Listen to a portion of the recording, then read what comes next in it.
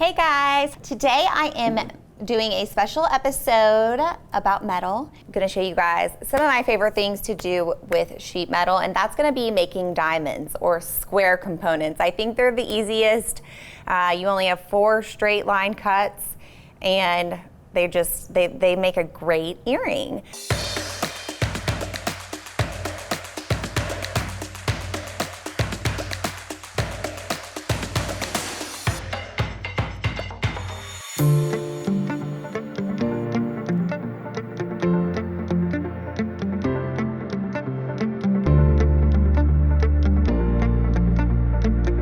So here you can see a few different ways I've used them. I've got some fluorite hearts off of some. I've got some beautiful iridescent beads hanging off of some.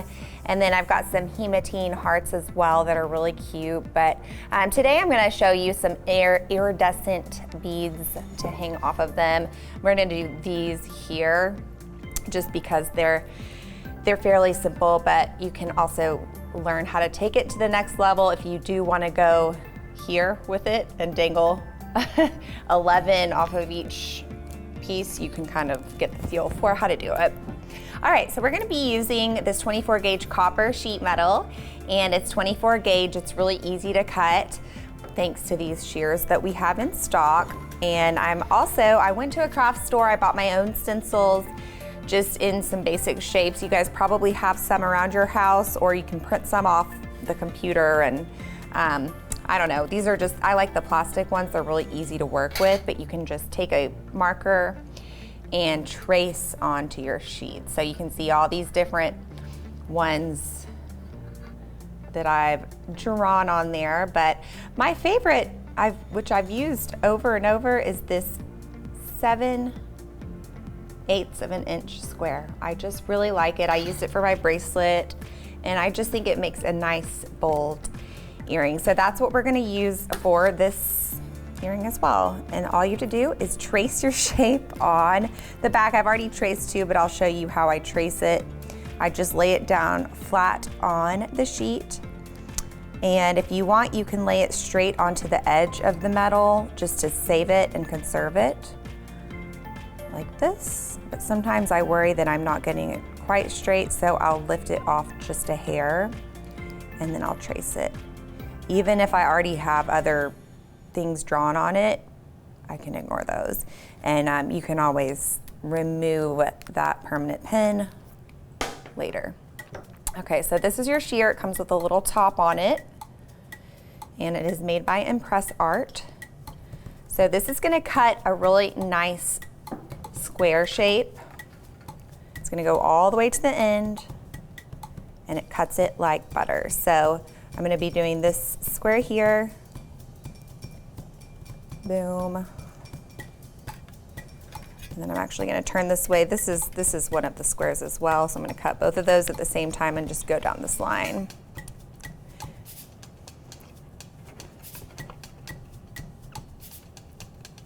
And then just go little by little. Take your time with this. Be really careful. You might wanna wear gloves and protective eyewear. And then all you have to do, you can twist this a little bit and they come out. And you can save the rest of that. So you just keep cutting. And you kind of pay attention as to whether you're if you're going to go inside the black line or outside the black line. It doesn't really matter, just do the same. Because those little tiny measurements do matter.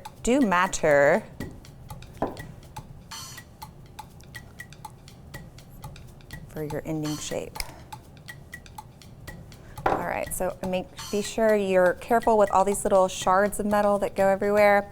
Just keep those in a little jar. They are very, very sharp. Okay, so that's one.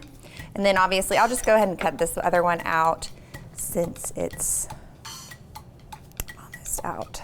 Okay, cut, and I could get a little closer to this line here. Okay, so now I've got my 2 squares. Those are gonna be the cutest little earrings, and we are gonna do a little bit more to these. I'll put my top back on my shears. I like to get my bench block and my nylon insert out, or you can use this hammer, your rawhide mallet. Another hammer you can use is some of the Jewel School hammers that have interchangeable heads come with a nylon head that you can change onto it. So you can use any of those, and you just put this on top of it you're trying to flatten it out, essentially. You can flip it if you want. And so that makes it nice and flat, and it just gives you, this is the flat one. See how wonky this one is? This one's super flat, and it just gives you a fresh place to start. So I recommend trying to flatten out your metal piece, and then it makes a nice little surface for you. And also this helps you to see if you need to go back and readjust your cutting. Like, see, that's outside the line a little bit. It's not perfect. Maybe I would want to go back and fix my square, but I'm fine with it today. I think it's gonna be fine. I'm gonna file it, so it doesn't really matter. I'm cool with that.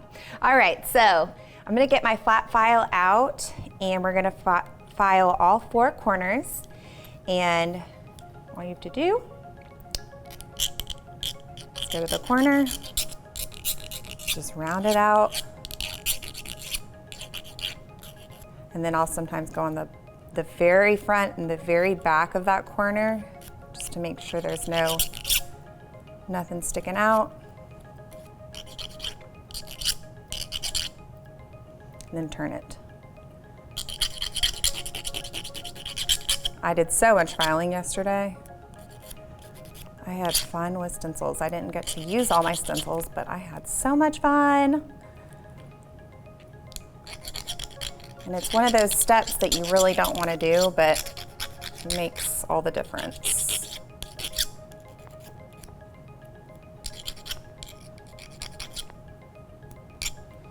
Okay, and then last one up here needs to be filed.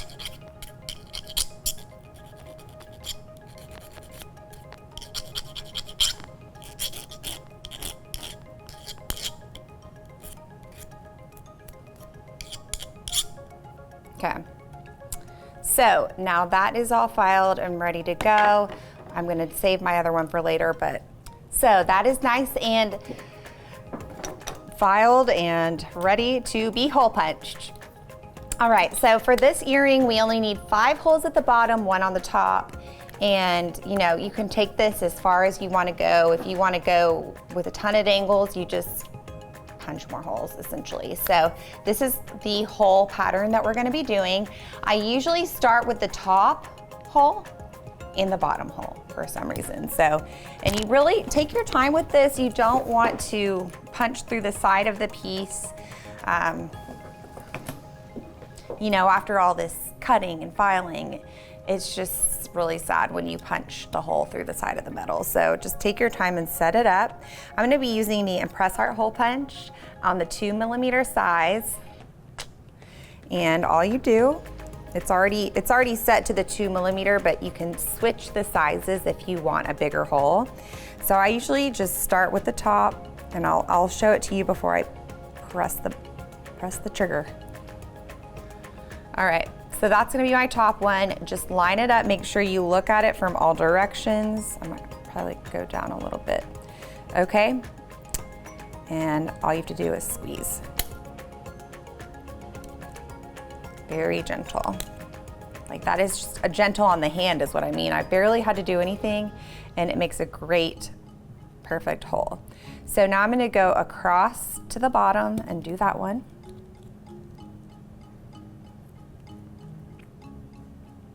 And squeeze. Okay. And then, okay, so then I'm gonna go out to the sides, and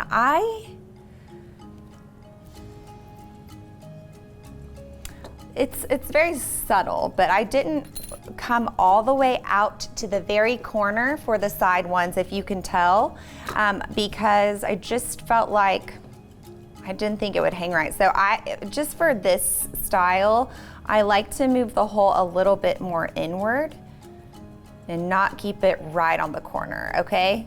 if that makes any sense. Just move it in a little bit, give yourself a little bit of room to breathe. So we're gonna punch those holes next. Hopefully all goes as planned.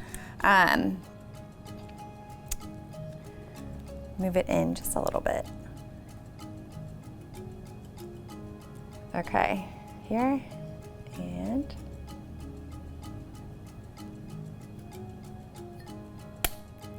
easy. So satisfying. And then I'm going to do the one across from that. Just bringing it in a little, trying to make it as across from that as possible.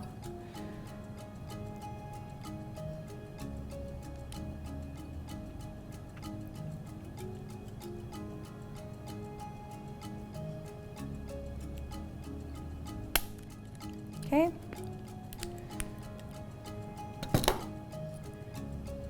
And now the way that I do the next two is I'm gonna go in the middle of those two. I don't like to measure very much, but I will show you the back of my other ones that I did measure just so you can kind of see. This is the eyeball. I like these, just with 3 holes, it's easy to eyeball it. But if you're getting into 11 holes per earring, it's good to measure.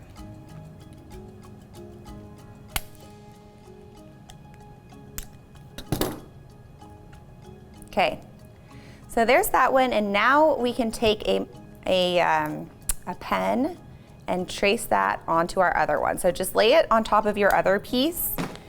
Take a little marker with a fine tip.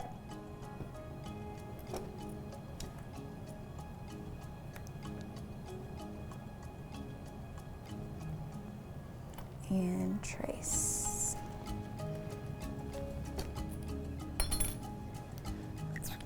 That's good enough. I feel like I got a little messy, but so then you just punch those like that. And I want to show you the back of this one. It's funny that this is almost worn off, but I did measure these. I'll just lay it, or I'll put it right here. You can kind of see, like here, where I measured, I went in with a ruler and I measured. So you start with, you have the whole side, then you find the middle, and then you find the middle of the middle, and then you find the middle of the middle of the middle. And that's just, you just do that. I think that's easiest, to just divide it in half. Okay, so don't be afraid to measure, but these we can just eyeball and it's all good. All right, so I'm gonna just finish off this first earring and come back and make my other one in a little bit. So once you punch your holes, your piece may have gotten a little bit wonky again, so just put it back on your bench block, flatten it out again if you want. Another really cool thing I like to do with my findings is dapping. And we have a wooden dapping block, which that's what I was sort of looking for, Andrew, but I have this one, which is fine. It's the same, it's a similar idea, but the wooden one we have is even, I think it's a little cooler just because there are lots of different sizes on it, but this is a great one by Impress Art that I have used. It's my personal one. It's okay, it might just be hiding from me. But we have a wooden one, so check it out. I'll put it in the show, check it out, and if you don't have one, you should get it. You're gonna put it down in the basin. It depends on which way you wanna do it, face up or face down. I'm trying to do mine face down. So I'm putting the pattern face down. See, there's the pattern, do it face down, and then it comes with this little attachment, which can sit either way. So I don't know why it has 2 options of how to let it sit, but anyways, you're going to be putting this side, which is nylon, down here on top of that. And I don't know, I use my mallet to do this part, but I think you can use any kind of hammer.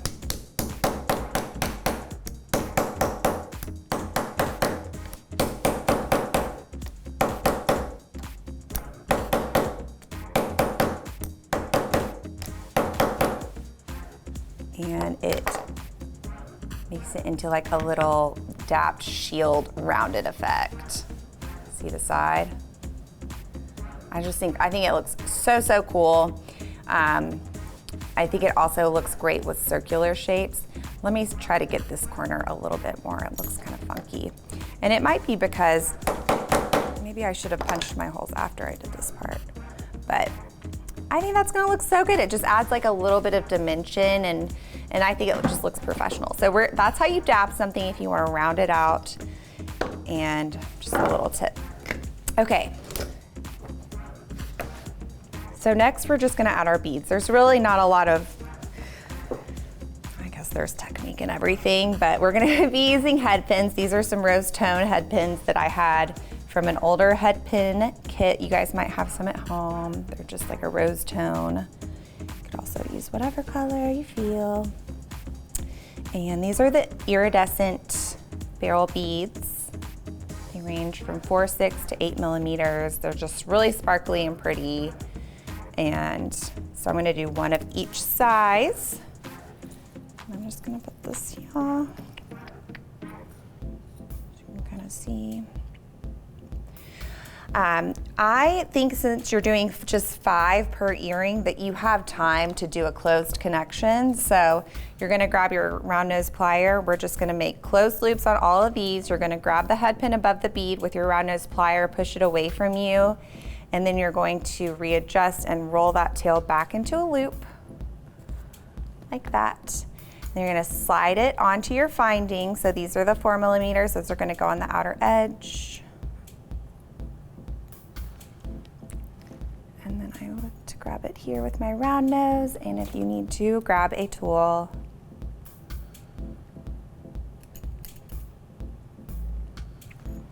And then you'll trim it off in the back.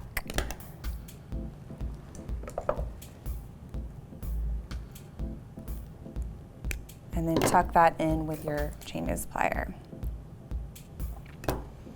Okay, and then we'll do medium size next to that, just the same way, push it away from you, readjust, roll it back into a loop,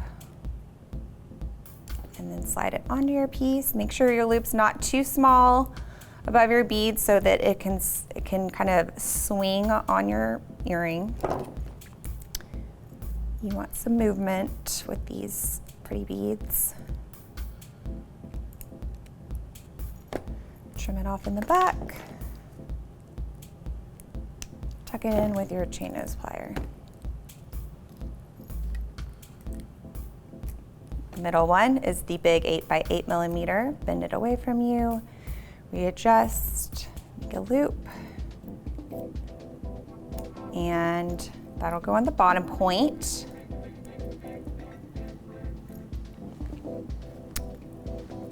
And you're gonna loop it. Make sure not, once again, get that nice movement, so don't let your loop close up too much.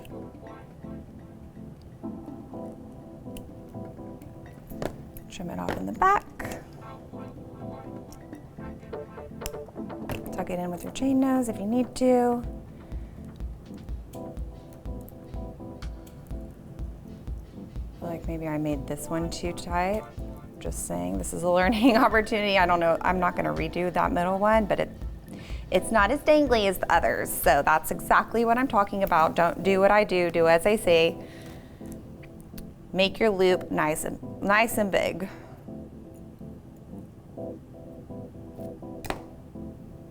And so then we just have one more little one after this. I will say, so the one where I measured and I did a bunch of dangles, I used a bunch of the smallest size, the 6 millimeter. And I did one-step loop these, which means I used my one-step looper tool, and I didn't coil the loop. So those are not wrapped closed connections, and that is totally okay to do, especially when you're doing a ton of little loops. But I felt like for 5 beads per earring, I could do it.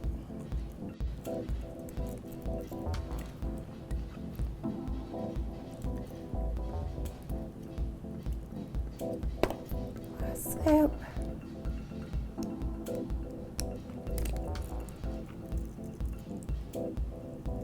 So cute.